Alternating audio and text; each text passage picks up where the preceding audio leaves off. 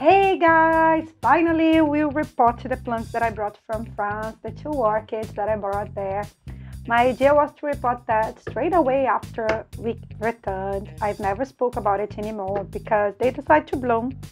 This one put a poor bloom show, especially because it's completely affected by thrips. Hey, it's full of thrips. Great, amazing. So the flowers were distorted, not looking very good. It is a Nelly Eiler.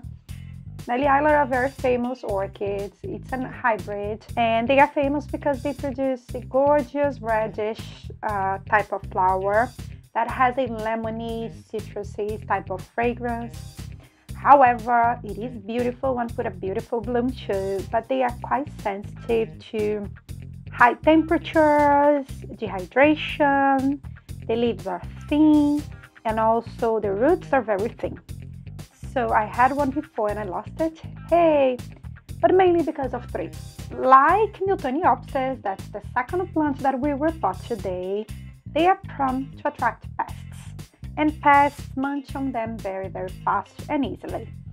So I have these both, and because they were blooming, I decided to wait. Also, I'm waiting for some pesticides to arrive because I lost most of my Miltoniopsis to pests as well, as you probably know.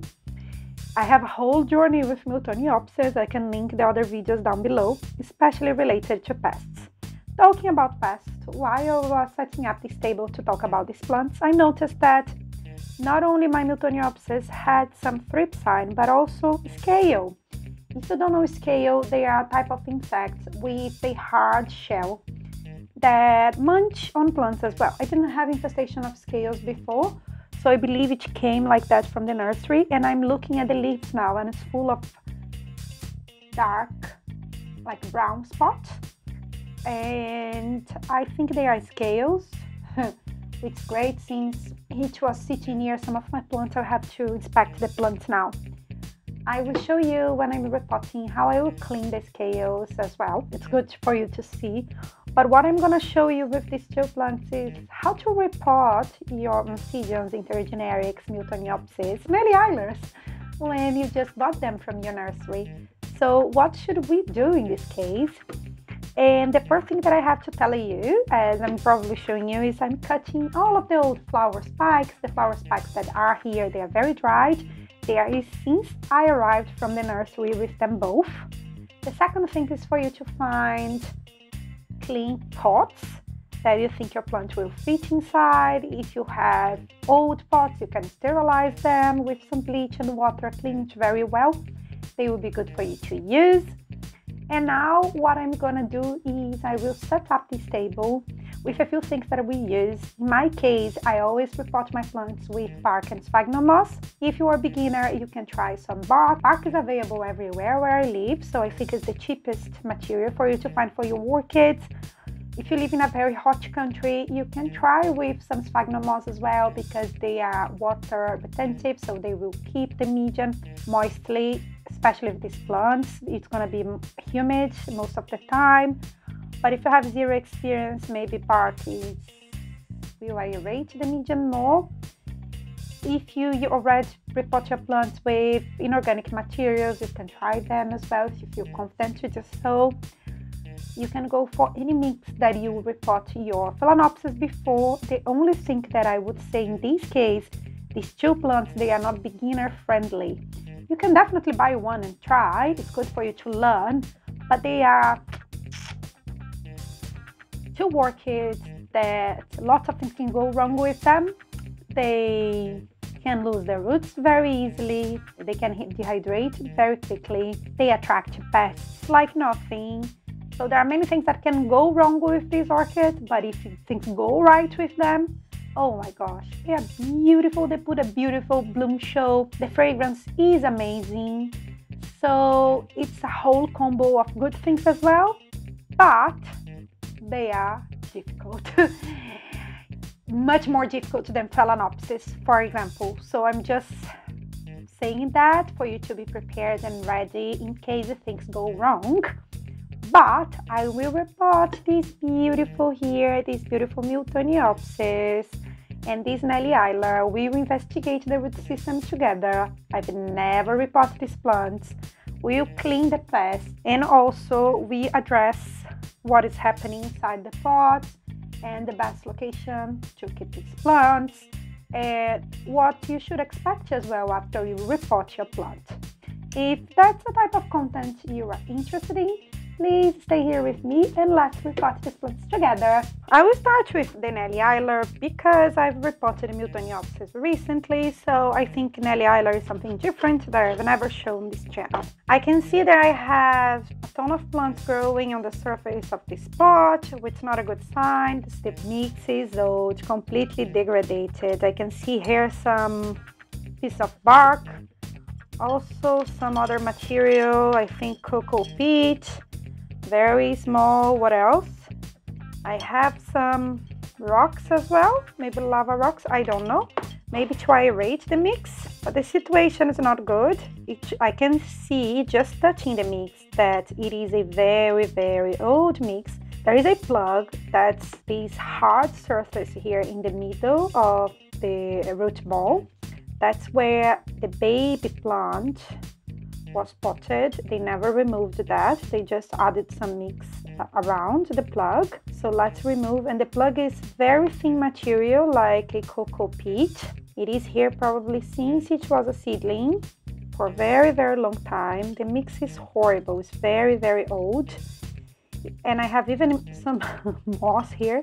So it's a mix of everything. There are bark, cocoa peat, moss, some rocks, and all of these together. Wow, my plant must be very happy here, but not.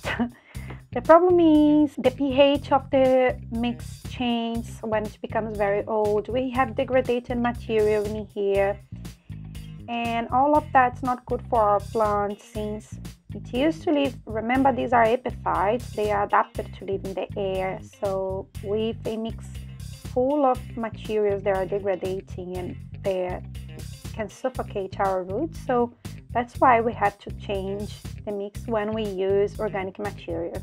With inorganic, it's a completely different story. Since I'm not using it here and I don't have experience with that, I'm gonna not talk to you in depth about it, but I can talk to you about inorganic only. As you can see, when you grab your new orchid, you have to remove, for the reason that I just explained, the old material. So that's what I'm doing. I'm removing all of the old mix that this plant came with. Luckily, because it's a very thin mix, it's detaching very easily from the root system, but I can see that I have lots of dead roots already. When you notice that you remove most of the material, or at least the ones that were detaching easily from your root, from the root system of your orchid, you can go to the sink. That's what I'm gonna do, and you can rinse the whole root system. So in that way, it's going to be easier for you to notice what's alive in here and what's not. That's what I'm going to do. I'm going to rinse this root system. The root system has been rinsed. What I'm going to do now is I will inspect the root system to see which root is alive or not. I can see that I have some root tips that are growing. When you see this white tip of the orchid is lighter with a yellow on the tip, that means that this orchid is growing, which is very nice. I do have some of them, but I have a ton of dead roots. However, this orchid is pretty sensitive, and I'm gonna do the same thing that I do with my Miltoniopsis. I don't cut all the roots that I think are dead because they can branch out. I have some roots branching out here and they look like they are dead, but they are branching out.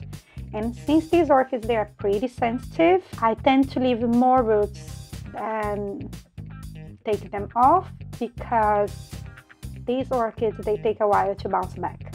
So this is the back pseudobulb. How I know this one is the back one? Because the one with the flower is the newer one, and I have thrips in here. Amazing! Oh gosh, I have a whole colony of thrips. Let me get my spray, 1 second. Sorry, talking about the back bulb, but before we go to the back bulb, I have a leaf shine that I lost the chips. I just sprayed some of the paper, and what I'm gonna do is gently, because newer growths, they are pretty sensitive to rot. If you want to find thrips, go in between the leaves, especially where the new growths are or the flowers are. Gosh, they love that. and they just go and munch the newer growth of your plant like there is no tomorrow. That's why I need this pesticide. I'm doing that just to clean it a little bit, but it's impossible to get rid of thrips completely with organic mixes. I think when you have a large collection, maybe if you have only 1 or 2 plants, it's possible because you can keep an eye all the time. But more than that, it's impossible. They multiply very quickly. They have different stages of their lives. They are very, very difficult to treat. Anyway, so I can see them here, and that's the reason why I lost the other one, just because of thrips as well. The thing with Oncidiums and Miltoniopsis and Intergenerics is that the amount of leaves, so they hide in between. It's a little bit difficult, but anyway. So what I was saying is, where the flower comes from, it is the newer bulb, and that's why it's producing a newer growth. So that's the newer growth. The older growth is the one behind it that you can see. I have 1, 2, not many. If you want to find healthier plants, more bulbs, better for you, more chance your plant has to survive. So I go to the back bulb, and these ones I can remove these roots, because these roots, they are probably old and that they are probably dead or dying already. So you check which roots are coming from the back of your plant. So this one is one of them. And I can see when I press gently, the whole outer layer will come off. It's completely mushy, brown, very dark. And if the outer part of the root development comes off, that means that this root is dead. It's not even green inside. So I go to the base and I cut this root. This one is gone. Again, this root here, another one here that's completely dead, and all of the base here, everything on the base here is completely dead, and I will keep inspecting it. The roots of these plants, they are extremely thin. We have to be very, very gentle and careful. That's one of the reasons why they are not very resilient. When they are not watered properly, they suffer a lot, they struggle. Their roots, they are not capable of store lots of water. They are very, very thin, and their leaves are thin as well. I know that I have other roots that are not healthy here, but I will let them be for the reasons that I explained before. If you wish, in 1 month time, you can actually unpot them and check for the root system and cut more if you don't want to spoil the mix. I will check what I'm gonna do. I'll check how healthy this plant is in the future, but for now, like these two here, they were alive, although they were looking dead. But what you have to do is spray some hydrogen peroxide on the whole root system. This is a new orchid. It had been in a nursery far away, and Oncidiums, they are prone to have pests in their root system, especially bush snails, and hydrogen peroxide kill all of the eggs if there were any egg in here. I didn't see any in the mix, and I have these orchids since January, so a few months already. I believe it's all good, but I don't know, I'm not 100% sure, so I'm just spraying everything. I let it freeze for a minute or so here, and I'm gonna show you. I'm gonna use this pot to repot this plant. This one is a typical pot. It's not transparent, but I think will be fine. That's the one that I have at the moment, the 12 centimeters pot. And as I said, I will use a mix of bark and sphagnum moss. So with my orchids, I always place a layer of moss on the bottom, as like so. And then I will keep adding bark. Why I do that? Because the moss on the bottom will help to suck the water and distribute it around the pot. That's why I always do that. And then I will keep adding some bark and more moss. With orchids like Nelly Eilers and Miltoniopsis, I add more moss than I give to my Cattleyas, to my Phalaenopsis, because Cattleyas and Phalaenopsis, they need to dry out very, very quickly in between waterings. And lots of moss in my environment. I live in a cool country, so if I add too much moss, I can rot their roots. What I'm gonna do is I will remove this flower. It has thrips as well. I just saw the thrips. It always had thrips, so unfortunately the flower is gone. That's something that you have to do as well. When you see that your orchid doesn't have so many roots, so many new growths, flowers can use lots of energy, and we need these plants to focus their energy on growing and maturing its new growth. Okay, so I will add a layer of moss here. Use all of this bark. Let's hope this plant will bounce back. As I said, I had an Nelly Isler before. This one is the Reggie Nelly Isler, the one that doesn't change when the temperature changes. I used to have the regular form of Nelly Isler, but I lost it.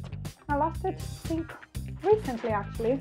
I have a very good quality of bark in here. This is our Orchiata bark. It's one of the best barks, but they are more expensive, but they last more as well. They last longer than the other types of bark that you find in garden centers. I had it before. I bought it again this time because the place where I buy my New Zealand sphagnum moss, they sell it as well, so it's great.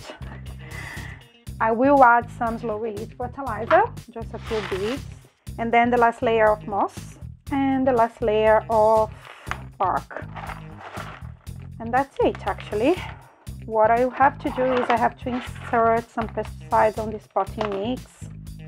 As you could see, it's full of thrips, and thrips won't abandon them, but it is completely potted. I will show you in the end. Inside it's decorative pot, but for now that's what we have. Next one is my beautiful Miltoniopsis. With this one, I will do the same thing that I did with my Nelly Isler, and I've recently repotted a Miltoniopsis here. So I won't show you everything because I think it would be kind of boring for you to see everything again. Oh gosh, the pot's full of water on the bottom. So anyway, not very pleasant. I have to remove all of that. Again, I don't know if you'll be able to see, I may be up. The mix is very, very old. It's the same story. I can see that we have cocoa peat in here, at least at the top. And it's a very, very old mix. Oh, this one has insects inside. Sorry.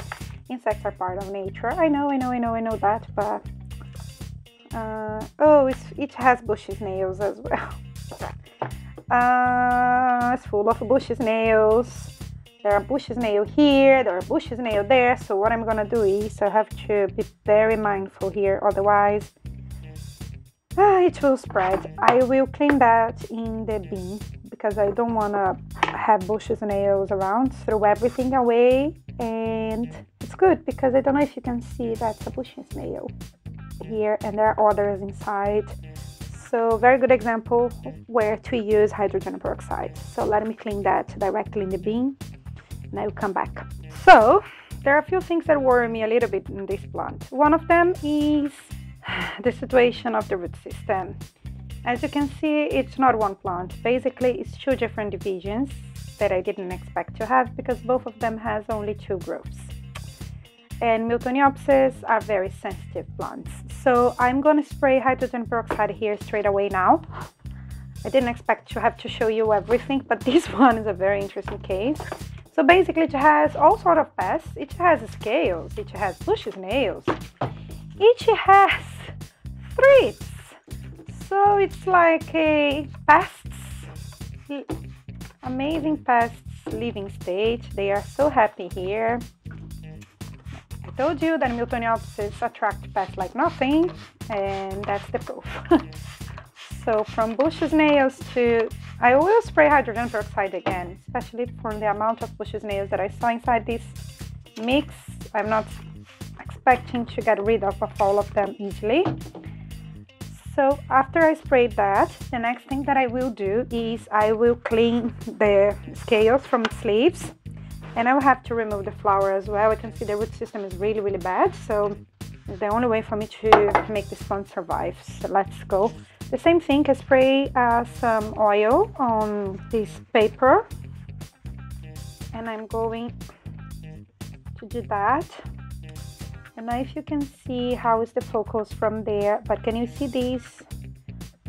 These are the insects that I mentioned, all of these dark dots. But when I mention about the pesticides that I'm gonna insert inside the mix later on when I receive that, I don't find it in the UK, so I need to buy on Amazon, and I think it comes from another country. I think from European Union, maybe Germany, I am not sure. So it usually takes a few days for it to arrive.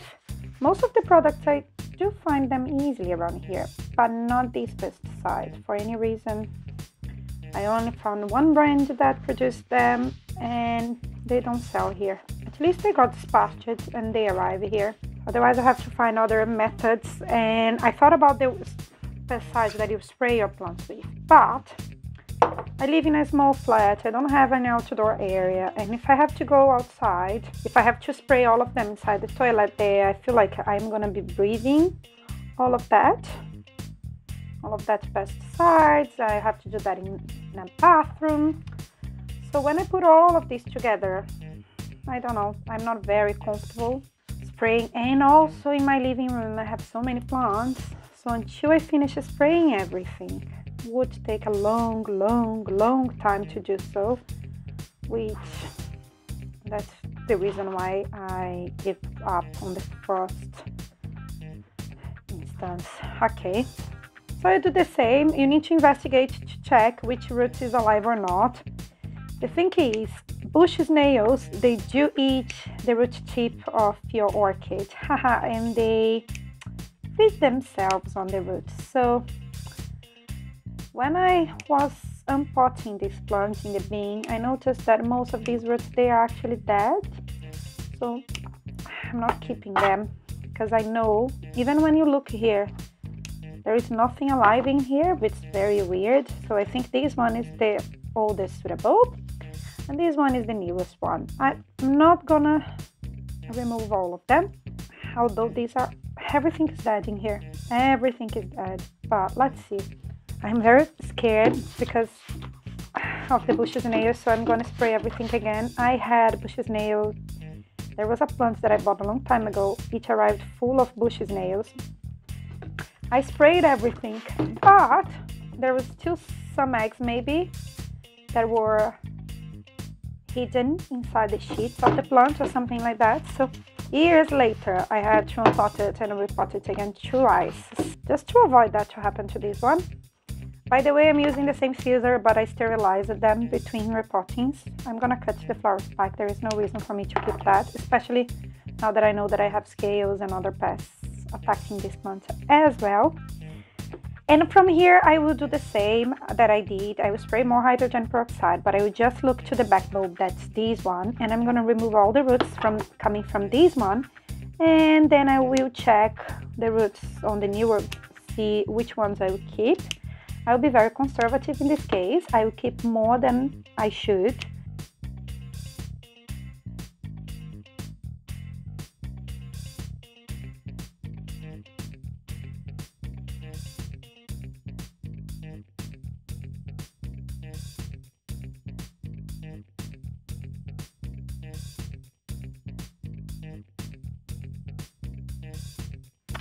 So I'm repotting the same way that I repot the other one.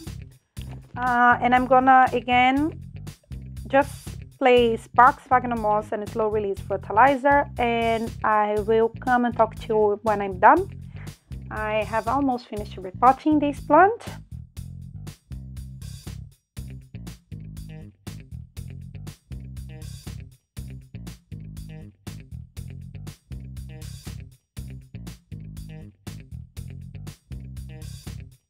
So guys, I'm back to conclude this very long video, and with my two plants fully repotted.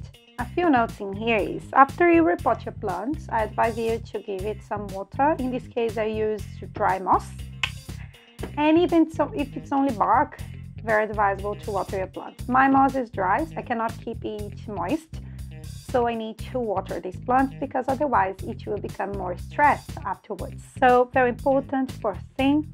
The second thing is, I did expect these plants to be a little bit stressed because of the look of it, and I knew they were potted in a very old mix.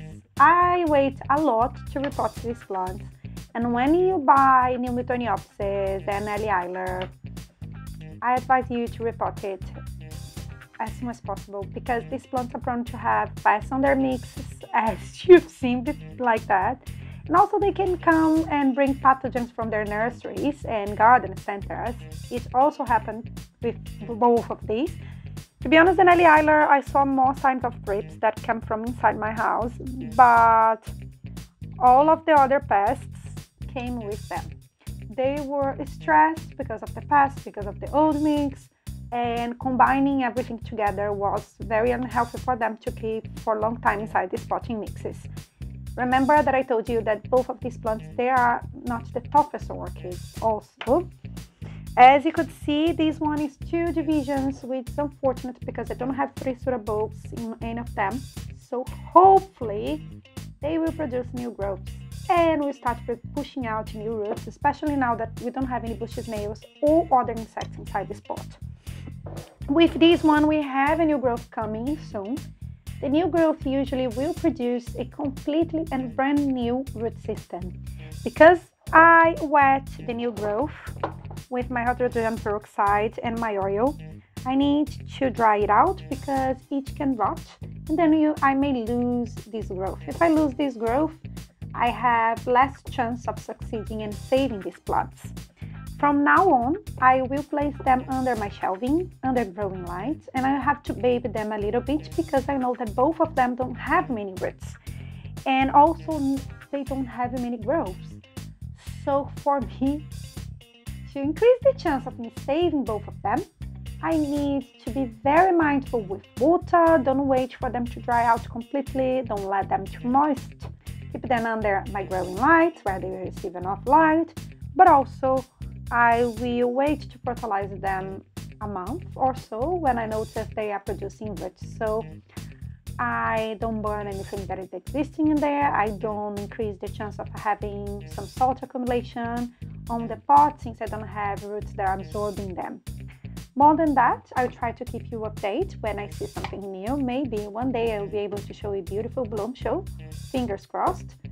I hope my Newtoniopsis, they all bounce back because I love their flowers, but maybe next year. I don't think this year is going to be the most positive year for them. More than that, I hope you have enjoyed this video. If you did, hit the like button, leave a comment down below.